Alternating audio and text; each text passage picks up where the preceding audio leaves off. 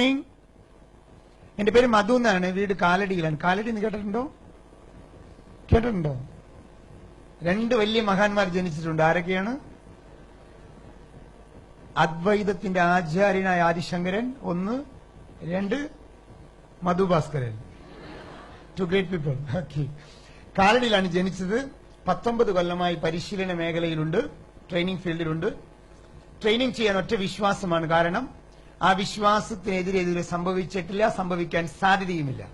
എന്താണ് വിശ്വാസം എന്ന് പറഞ്ഞാൽ, നിങ്ങളൊരു നോളജബിൾ പേഴ്സൺ ആണെങ്കിൽ നിങ്ങൾക്ക് ലോകത്ത് എന്തിനെക്കുറിച്ച് വേണമെങ്കിലും പ്രവചിക്കാം. ഉദാഹരണം, ഈ ലൈറ്റ് ഇങ്ങനെ കത്തു, ഈ മൈക്കിന് ചില കുഴപ്പമുണ്ട്, ഇടയ്ക്ക് ശബ്ദം ഉണ്ടാക്കും, ഇങ്ങനെയൊക്കെ എന്തിനെക്കുറിച്ച് വേണമെങ്കിലും നിങ്ങൾക്ക് പറയാം. ഇല്ലെങ്കിൽ ഈ വാച്ച് ഇങ്ങനെയൊക്കെ വർക്ക് ചെയ്യൂ, ഇങ്ങനെ എന്തിനെക്കുറിച്ച് വേണമെങ്കിലും നിങ്ങൾക്ക് പ്രവചിക്കാം. പക്ഷെ ഒരിക്കലും പ്രവചിക്കാൻ പറ്റാത്ത, അങ്ങനെ പ്രവചിച്ചാൽ തെറ്റിപ്പോകുന്ന ഒറ്റ സാധനമേ ലോകത്തുള്ളൂ.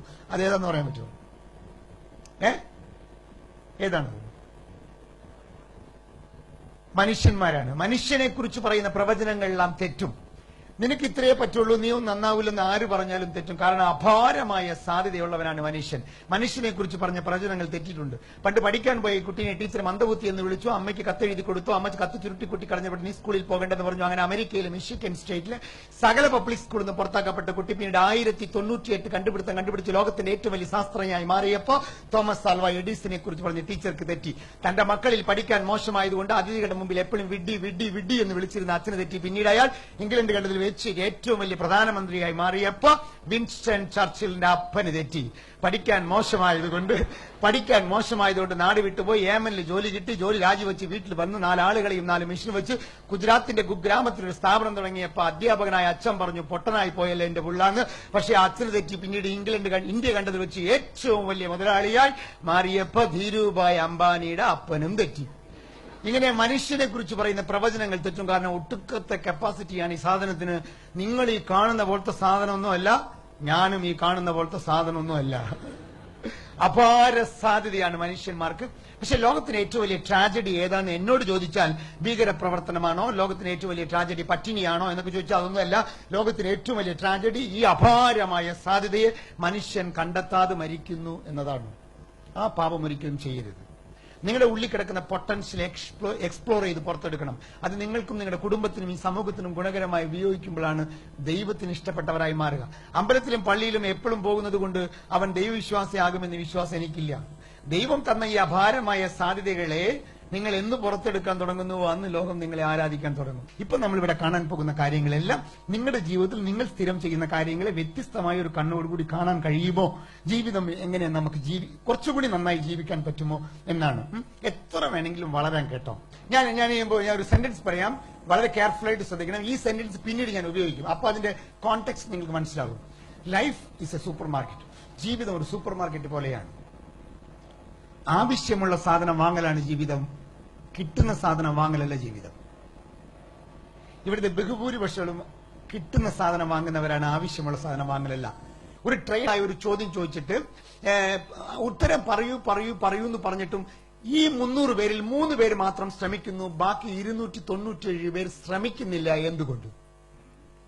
എന്തുകൊണ്ട് ഉത്തരം പറയാൻ ശ്രമിക്കുന്നില്ല? പേടി. എന്ത് പേടി? സ്റ്റേജിൽ വേണ്ട, അവിടെ നിന്ന് പറഞ്ഞാൽ മതിയായിരുന്നു. എന്ത് പേടി? എന്ത് പേടി? വേഗം പറയൂ. അല്ല, ഞാൻ സ്റ്റേജിൽ വരണ്ട, അവിടെ നിന്ന് പറഞ്ഞാൽ മതി. പക്ഷെ പറയുന്നില്ല. എന്തുകൊണ്ട്? പറയുന്ന ഉത്തരം വെരി ഗുഡ്. നോക്കൂ, ഞാനൊരു ചോദ്യം ചോദിച്ച് നിങ്ങൾ ഉത്തരം പറയുമ്പോൾ 2 സാധ്യതയാണുള്ളത്. ശ്രദ്ധിച്ചു കേൾക്കണം. ഞാനൊരു ചോദ്യം ചോദിച്ചിട്ട് നിങ്ങൾ ഉത്തരം പറയുമ്പോൾ 2 സാധ്യതയാണുള്ളത്. സാധ്യത 1 ഉത്തരം ശരിയാവാനുള്ളത്, സാധ്യത 2 ഉത്തരം തെറ്റാവാനുള്ളത്.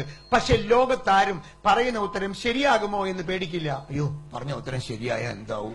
അപ്പൊ പേടി അതല്ല. പിന്നെ എന്താണ് പേടി? തെറ്റിപ്പോകുമോ എന്ന് പേടി. നോക്കൂ, ലോകത്തെ ഏറ്റവും വൃത്തികെട്ട പേടികളിൽ ഒന്നാണ് തെറ്റുമോ എന്ന പേടി, ഫിയർ ഓഫ് മിസ്റ്റേക്ക്.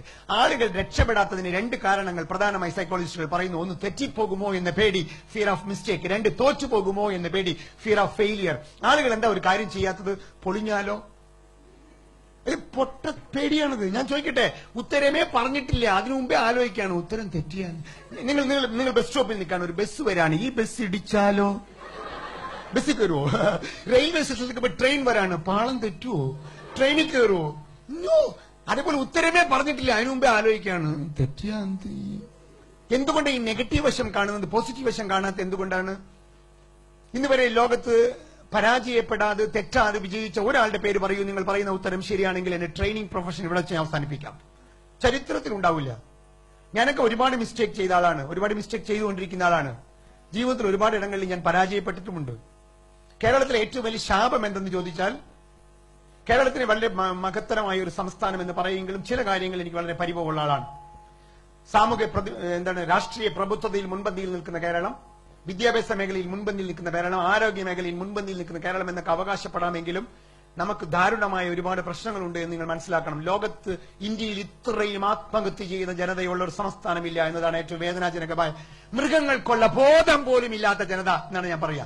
മൃഗങ്ങൾക്ക് ബോധമില്ലാത്ത. മെയ് മാസം 15 തീയതി വരുമ്പോ പേടിയാണ് നമുക്ക്. SLC റിസൾട്ട് വരും, 3-4 കുട്ടികൾ ആത്മഹത്യ ചെയ്യും. പേടിയാണ് റിസൾട്ട് വരരുതെന്ന്. ഒരു പരീക്ഷ തോക്കുന്നത് കൊണ്ട് ആത്മഹത്യ ചെയ്യാനുള്ളതാണോ ജീവിതം? മൃഗങ്ങൾക്കുള്ള ബോധം വേണ്ടേ?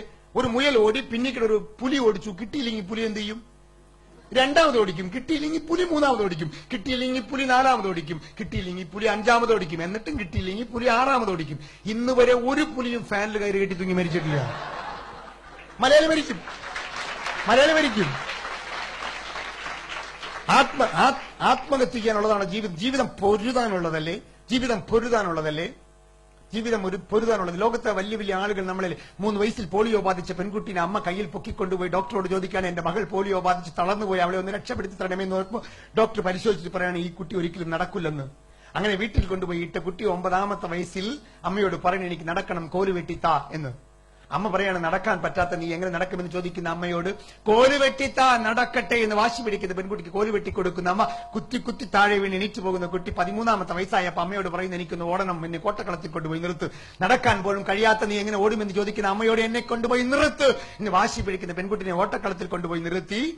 അമ്മ ചോദിക്കുകയാണ്, മോളെ കയ്യിനും കാലിനും സ്വാധീനമുള്ള കുട്ടികളുടെ കൂടെ ഓടുമ്പോൾ നീ പരാജയപ്പെടും, നാണം കേട് സഹിക്കേണ്ടി വരുമെന്ന് പറയുന്ന അമ്മയോട്, അമ്മേ കാണികളുടെ കൂട്ടത്തിൽ കാത്തിരിക്കുക, ശരീരം മാത്രമേ തളർന്നിട്ടുള്ളൂ, മനസ്സ് തളർന്നിട്ടില്ല, എന്റെ വിജയം കാണാൻ വേണ്ടി കാത്തിരിക്കുമെന്ന് പറഞ്ഞു വിട്ടിട്ട് ഓടാൻ നിൽക്കുന്ന പെൺകുട്ടി, വയ്ക്കുന്ന ചുവടുകളെല്ലാം വീണ് വീണ് എണീറ്റ് പോകുന്ന പെൺകുട്ടിയെ കണ്ട് 2000 കൊണികളുടെ കണ്ണീരൊലിപ്പിച്ചിരിക്കുന്ന അമ്മ 100 മീറ്റർ ഓട്ടം കഴിഞ്ഞ് പരാജയത്തെ ചുവയിൽ വീണെടുക്കുന്ന പെങ്കൊച്ചിനെ പൊക്കിയെടുത്ത് 22 മക്കൾക്ക് മുലപ്പാൽ കൊടുത്ത് മാറിനോട് ചേർത്ത് കിടത്തിക്കൊണ്ട് ആ അമ്മ ചോദിക്കുന്ന ഒരു ചോദ്യമുണ്ട്, എന്ത് മകളെ ഈ നാണം കേട് സഹിക്കണമെന്ന് ചോദിക്കുമ്പോൾ സ്വാധീനം കുറഞ്ഞ് വലത് കൈയെടുത്ത് അമ്മയുടെ കണ്ണീരൊപ്പിക്കൊണ്ട് ഈ മകൾ പറയുന്നു, അമ്മേ ഒരിക്കൽ കാത്തിരിക്കണം, ഈ ലോകം മുഴുവനും കാത്തിരിക്കും എന്റെ ഓട്ടം കാണാൻ വേണ്ടി, ഞാൻ അങ്ങനെ ഒരു വലിയ ഓട്ടക്കാരിയാകുമെന്ന് പറയുന്ന ആ പെൺകുട്ടിയുടെ വാക്കുകൾ വിടുവാക്കുകളായിരുന്നില്ല.